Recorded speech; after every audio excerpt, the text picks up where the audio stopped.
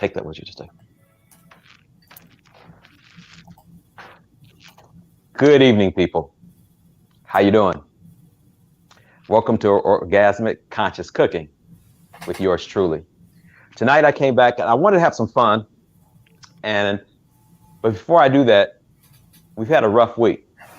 I had a conversation with my wife about what happened on the Capitol. And, my biggest concern is that people feel like they're not being heard. I know there are different means of taking care of your conflicts and concerns, but it's still echoing what the people are feeling. Some of the moves seem like moronic, if that's a word.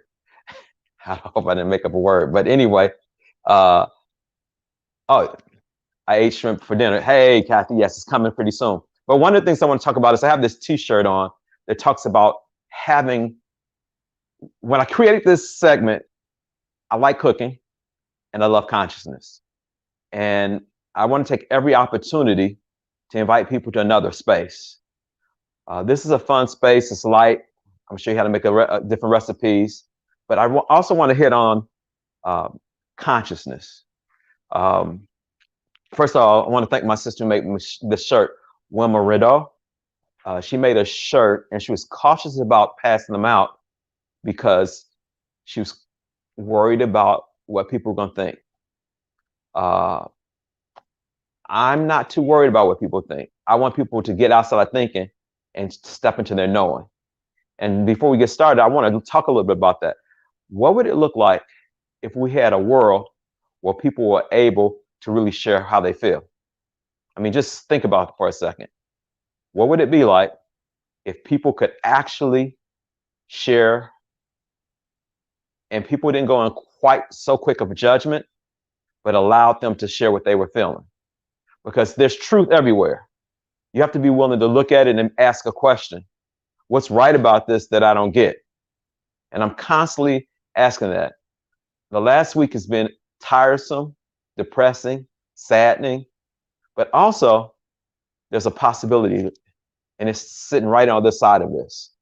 And so I wanted to start out tonight because I'm gonna get to this recipe because this is one of the means that allow me to escape from some of the madness once in a while.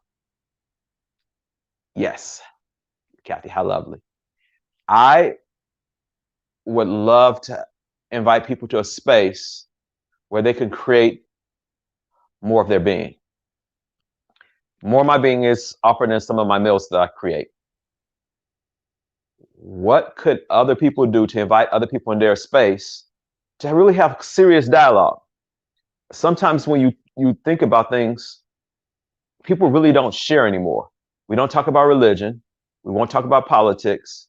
We won't talk about the things that are kind of important to us because we have this wall. What if we could drop those walls? I might not agree with everybody, but I'm sure in the hell not going to go ahead and judge them. So there's awareness. So I'm not trying to give anybody a green light for being an idiot. But my question is about what would people create if they could really share what's on their heart? Enough of that. Let's get to cooking. So welcome to Orgasmic Conscious Cooking with yours truly again. I want to share information that I found about shrimp. Tonight is shrimp salad. Years ago when I moved to Portland, I actually used to work at Hamburger Mary's. And a lot of people don't know that I was the prep guy.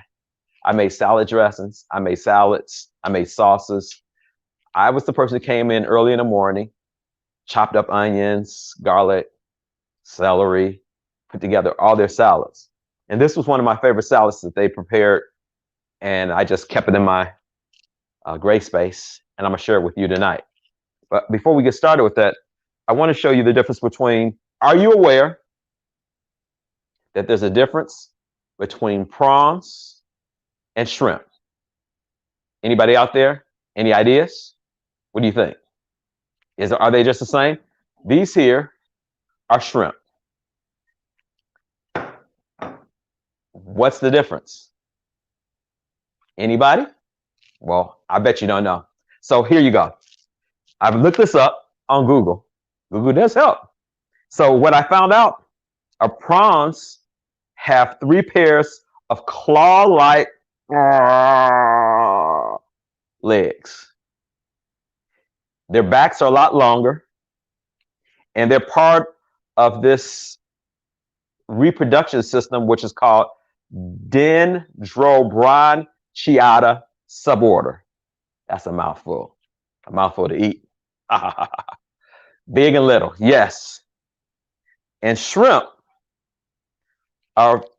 have one pair of claw legs, part of the Pleosimeta subgroup. And it goes yummy in my belly. But I thought I wanted to share that with you because when you start to cook, it's always exciting to look up the history. So first I looked up shrimp, and then guess when shrimp salad showed up on the world menu? 20th century. The same time, you know that red sauce that they put shrimp in? What's that called? Shrimp cocktail. That came out the same time. Hey, Andrea, what's up, man? Thank you, Belle. So yeah, I found out that it's been around since the 20th century. And I was like, wow, people knew how to eat back then, even today. So I'm gonna go ahead and get started. This is gonna be real simple and quick, okay? This is a salad, and my wife's like, well, is there any lettuce in it? There's some that you can add lettuce, but today we're gonna sit on a bed of lettuce, and we're gonna add a lot of yummy ingredients, okay? So the first thing we do, we take out a teaspoon of mustard.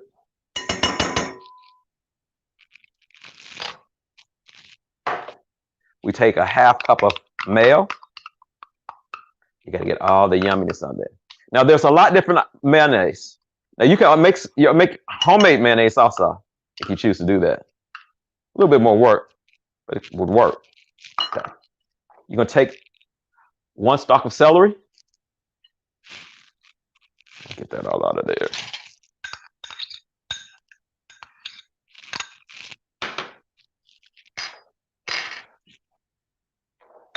Take 2 green onions. I cut the ends off and I chop them up.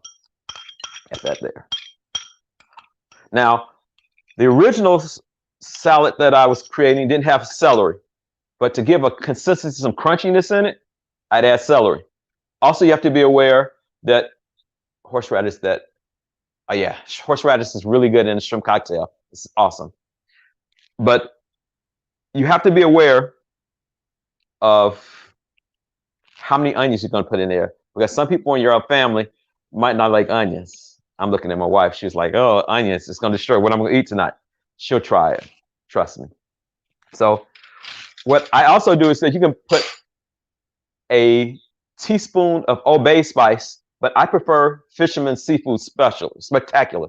Sorry about that. Now, it's not salty, because I don't want a lot of salt in it, because remember, celery has a high has a high percentage of sodium. Okay. Put in a teaspoon of garlic, a heaping teaspoon of garlic.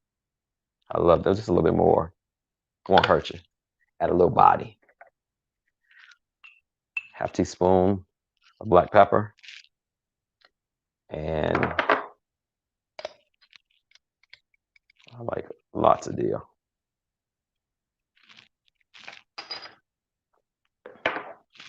And half the juice of a lemon.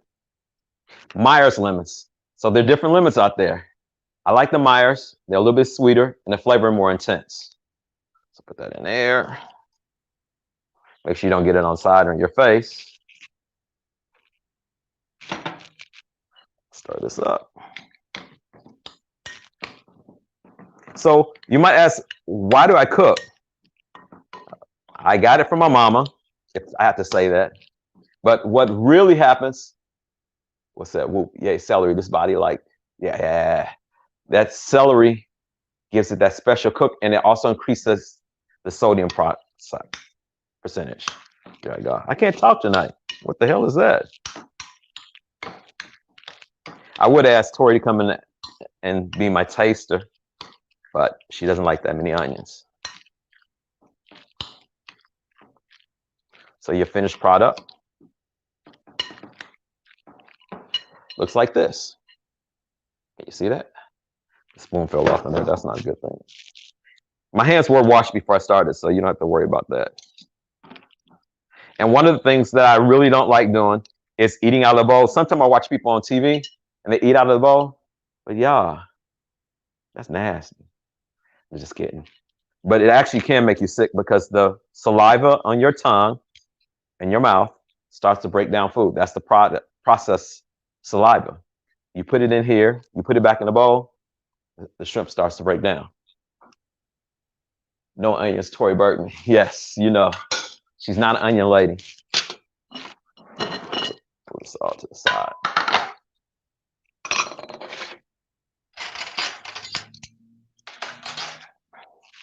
You guys see this? I'm moving this out the way.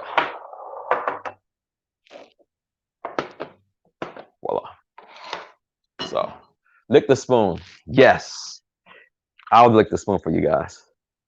So take a heaping.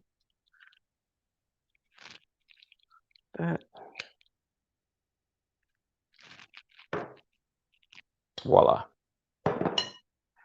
So we don't eat wheat crackers. So I have these almond crackers. Okay. So let you see what they look like. Voila. Doesn't that look scrumptious? I'm gonna tell you what it tastes like.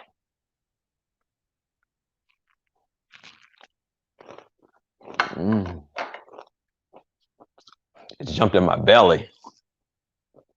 Oh my God. You know what's really funny? I love my own cooking. Let's see. My granddad ate onions like an apple.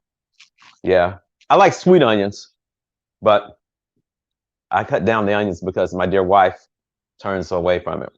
Yeah, almond crackers, Kathy, they're great. We use them because we're trying to get away from gluten. We're not trying, we're actually doing the damn thing.